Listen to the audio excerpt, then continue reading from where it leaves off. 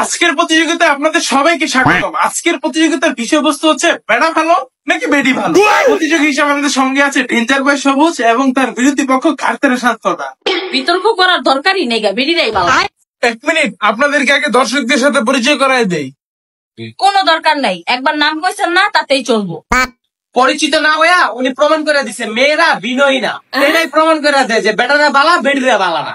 মাননীয় স্পিকার, অযথা নিজের পরিচয় দেওয়ারে বিনয়ী বলে না, এটা আজাইরা কাম বলে, যা পুরুষ মানুষ খুব ভালো পারে। তারা কতটুক বিনয়ী আর কতটুক আজাইরা তা পাশের বাসার ভাবির সাথে তাদের পরিচিতি দেখলেই বোঝা যায়।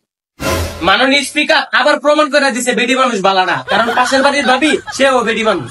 মাননীয় স্পিকার, পাশের বাসার ভাবির সাথে সখ্যতা ছাড়াও পুরুষের একান্ত কিছু দোষ আছে যা পুরুষ একা নিজেই করে, তা হচ্ছে ঘুষের টাকা খাওয়া। মাননীয় স্পিকার আবারও প্রমাণ হয়েছে বেডি মানুষ খারাপ, কারণ পুরুষের ঘুষের টাকায় বেডি মানুষই বিলাসিতা করে। বেড়া মানুষ যে খারাপ তা এমনিতেও প্রমাণ হয়ে যাইব, কারণ ঘুষের টাকায় না হয় নারী বিলাসিতা করে, চিন্তার টাকা তা দিয়ে তো পুরুষ একান্ত ভাবে নেশা করে। আবারও প্রমাণ হইলো বেড়া মানুষ খারাপ। বেড়া মানুষ যে নেশা করে এর ভিতরে বেডি মানুষের হাত আছে, বেডি মানুষ শেখা দেয় এর লেগে বেড়ারা নেশা করে। আবারও প্রমাণ হয়ে গেছে বেডি মানুষ এই খারাপ। আর কয় জায়গায় বেডি মানুষটা টানবেন? বেড়া মানুষ যে খারাপ এর প্রমাণ হর জমি জামা নিয়ে ভাই ভাই খুনাখুনি তো বেড়া মানুষই করে, এটি তার বেড়া মানুষ করে না। বেড়া মানুষের থেকেই শুরু হয়েছে ভাই ভাই জমি লয়া কাটাকাটি হানাহানি।